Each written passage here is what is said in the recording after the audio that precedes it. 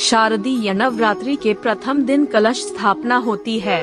वर्ष 2023 के शारदीय नवरात्रि के लिए 15 अक्टूबर को दिन में 11:44 से दोपहर 12:30 कलश स्थापना का मुहूर्त रहेगा। वर्ष 2023 में शारदीय नवरात्रि की दुर्गा अष्टमी की तिथि 22 अक्टूबर को पड़ रही है। हिंदू पंचांग के अनुसार शारदीय नवरात्रि की शुरुआत 15 अक्टूबर 2023 दिन रविवार से हो रही है, जो 23 अक्टूबर 2023 दिन मंगलवार को समाप्त होगी। इसके साथ ही 24 अक्टूबर को विजयादशमी या दशहरा का पर्व मनाया जाएगा। इस व्रत में उपवास या फलाहार आदि का कोई विशेष नियम नहीं। प्रातः काल उठकर स्नान करके मंदिर में जाकर या घर पर ही नवरात्रों में दुर्गा जी का ध्यान करके यह कथा पढ़नी चाहिए। कन्याओं के लिए यह व्रत विशेष फलदायक है। श्री जगदम्बा की कृपा से सब विघ्न दूर होते हैं। कथा के अंत में बारंबार दुर्गा माता तेरी सदा ही जय हो का उच्चारण करें। एक पौराणिक कथा के अनुसार नवरात्रि में मां दुर्गा ने महिषासुर नामक राक्षस का वध करके देवताओं को उसके कष्टों से मुक्त किया था। महिषासुर ने भगवान शिव की आराधना करके अद्वितीय शक्तियां प्राप्त कर ली थीं और तीनों देव अर्थात ब्रह्मा, विष्णु व महेश भी उसे हराने में असमर्थ थे। महिषासुर राक्षस के आतंक से सभी देवता भयभीत थे। उस समय सभी देवताओं ने अपनी अपनी शक्तियों को मिलाकर दुर्गा को अवतरित किया।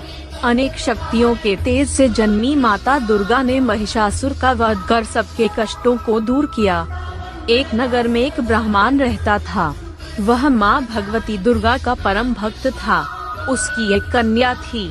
ब्राह्मण नियम पूर्वक प्रतिदिन दुर्गा की पूजा और यज्ञ किया करता था। सुमति अर्थात ब्राह्मण की बेटी भी प्रतिदिन इस पूजा में भाग लिया करती थी। एक दिन सुमति खेलने में व्यस्त होने के कारण भगवती पूजा में शामिल नहीं हो सकी। यह देख उसके पिता को क्रोध आ गया और क्रोधवश उसके पिता ने कहा कि वह उसका विवाह किसी दरिद्र और कोढ़ी से करेगा। पिता की बातें सुनकर बेटी को बड़ा दुख हुआ और उसने पिता के द्वारा क्रोध में कही गई बातों को सहर्ष स्वीकार कर लिया। कई बार प्रयास करने से भी भाग्य का लिखा नहीं बदलता है। अपनी बात के अनुसार उसके पिता ने अपनी कन्या का विवाह एक कोढ़ी के साथ कर दिया। सुमति अपने पति के साथ विवाह कर चली गई। उसके पति का घर न होने के कारण उसे वन में घास के आसन पर रात बड़े कष्ट में बितानी पड़ी। गरीब कन्या की यह दशा देखकर माता भगवती उसके द्वारा पिछले जन्म में की गई उसके पुण्य प्रभाव से प्रकट हुई और सुमति से बोली, हे कन्या, मैं तुम पर प्रसन्न हूँ। मैं तुम्हें कुछ देना चाहती हूँ, मांगो क्या मांगती हूँ। इस पर सुमति ने उनसे पूछा कि आप मेरी किस बात पर प्रसन्न हैं?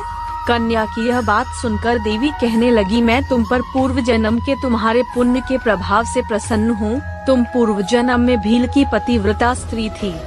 एक दिन तुम्हारे पति भील द्वारा चोरी करने के कारण तुम दोनों को सिपाहियों ने पकड़कर जेल खाने में कैद कर दिया था। उन लोगों ने तुम्हें और तुम्हारे पति को भोजन भी नहीं दिया था। इस प्रकार नवरात्र के दिनों में तुमने न तो कुछ खाया और न ही जल पिया, इसलिए 9 दिन तक नवरात्र व्रत का फल तुम्हें प्राप्त हुआ। हे ब्राह्मणी, उन दिनों अनजाने में जो व्रत हुआ, उस व्रत के प्रभाव से प्रसन्न होकर आज मैं तुम्हें मनोवांछित वरदान दे रही हूँ। कन्या बोली कि अगर आप मुझ पर प्रसन्न हैं तो कृपा करके मेरे पति का कोढ़ दूर कर दीजिए। माता ने कन्या की यह इच्छा शीघ्र पूरी कर दी। उसके पति का शरीर माता भगवती की कृपा से रोगहीन हो गया।